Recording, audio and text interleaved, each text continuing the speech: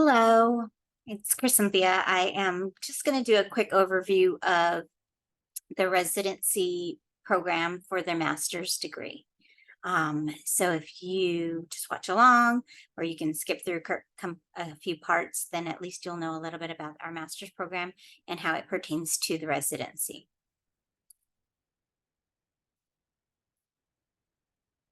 So this is a little info session that Katie Turner has helped me to create. I want to start by saying that while every effort is made for us to give you this information today, that we have been through a big revision in our master's program over the last year and a half. And so there may be some changes that are being currently developed that will affect what this may look like in the future. So TCSJ is accredited by the WASC Senior College and University Commission, and we're also accredited by CTC, and many of you know because you helped us participate in some of those interviews in December for CTC. Currently, we have 285 candidates in the master's program, and it takes about 5 semesters for those students to complete or earn their master's degree. As residents, there are some classes that you took within your residency program that you'll receive equivalency for, and so it will transfer into the master's program. Here are some program highlights. You get to choose between 6 M.Ed concentrations. You can make your own schedule. It's not a cohort model. The classes are all relevant, rigorous, and they are based in research.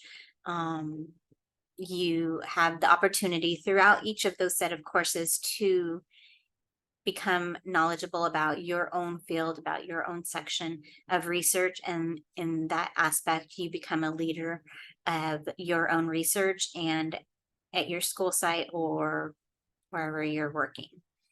You will learn how to develop innovative curriculum, and the payments are interest-free and affordable. So why may you ask that you can or want to do the master's program? Then obviously the number one reason that comes into play for many people is to gain more knowledge, become better at your craft and practice of teaching. The second one is to help you move over on the salary schedule. So I talked about the master's core coursework, and as I said, we just restructured it over the last year and a half. And as we restructured it, we redid some of the numbering. So we have curriculum 301, 302, 303, 304, and 305. 301 is a basic overview, a foundations class of what the master's program will look like, what are some of the topics that we entail, how it will help you become a better writer, a better researcher. You'll grow in your analysis of data and your understanding of research. In 302, you really dive into looking at some of those big picture questions. How do you prepare students for college, career, in the community?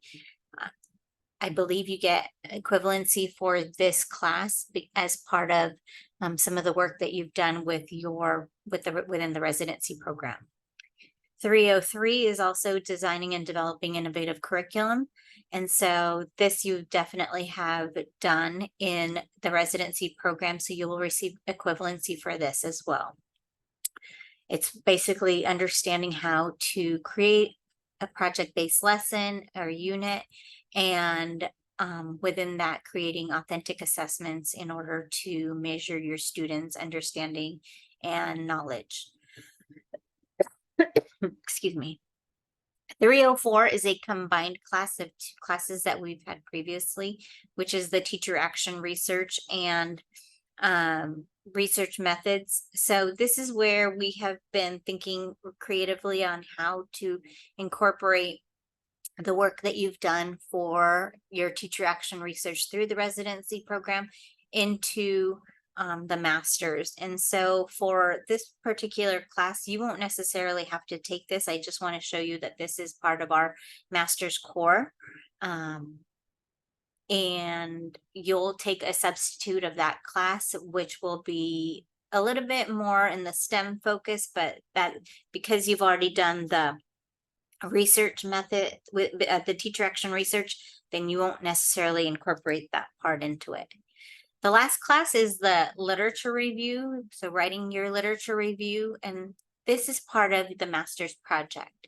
So the literature review that you write is the why for your master's project. It is the research that you've identified, that you've looked through to help you inform the reader or the audience, your audience, on what exactly is the background for the purpose of you conducting your research or designing curriculum or whatever you need to do in order to complete your master's project. I know I have a slide for the master's project, and that really, again, will tell you a little bit more about just what this master's project entails. So we've had people conduct research studies. There's a variety of those. You can do a case study, autoethnography. You can do any kind of descriptive analysis or statistics within your research. You can do and conduct qualitative research. The sky's the limit, and really it's because this is your project. We want you to identify what you want to do in order to really help you become the master of your knowledge and your subject area and your topic. We have options for the research if that's something that you want to do. Other projects have entailed either some kind of professional development, professional learning, or curriculum development. And so within that scope, you can create curriculum. We have a slide that's on a different page for and regarding the master's project. I don't want to go too deep into it right now because it is a little bit overwhelming at the very beginning before you have even started the master's project. Just know that if you decide to do and choose the master's degree concentration in STEM, with the MIAA, the Math Instructional Added Authorization, you will have to do a portfolio instead of the master's project. And if you decide to go into educational development and school leadership, then you will work on the administrator performance assessment, similar to your teacher performance assessments, and analyze research and collect data for that. And there's 3 cycles of that. And so that meets the requirements for the capstone project of the master's project. We have 6 concentrations, as I said previously: early education, educational inquiry, educational leadership, STEM, environmental literacy, and special education. And so I am the advisor of all of those concentrations in red. I advise students in early education, special ed, and educational inquiry. Dr. Burns advises those in blue, so environmental literacy and STEM with Mia also, and Danielle ddaubin. And our new coordinator, Dr. Myra mgardeahernandez, advises those in educational leadership.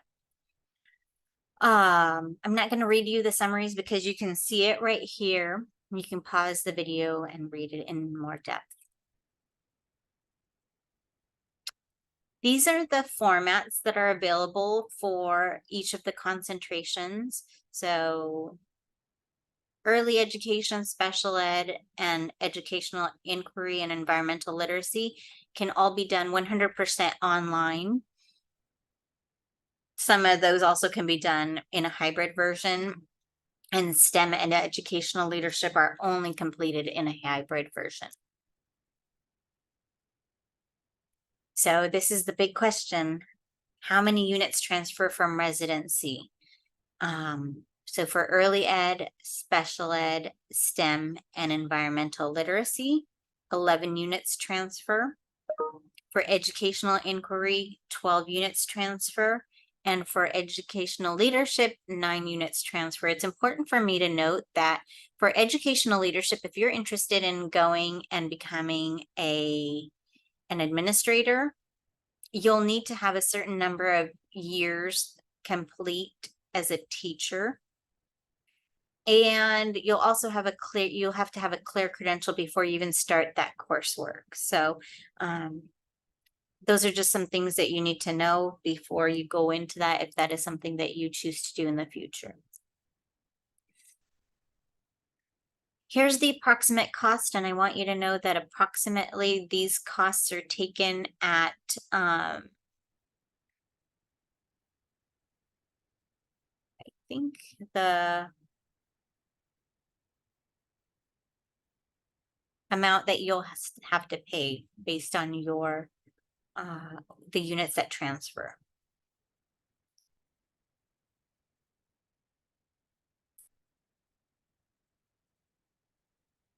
We talked about this class schedule on one of my first slides, but really we want to reiterate the fact that it is flexible and you can go at your own pace. You can spread it out, even though I said it's on average, people complete it within 5 semesters. You can spread it out between 6, 7, 8, or 9 semesters.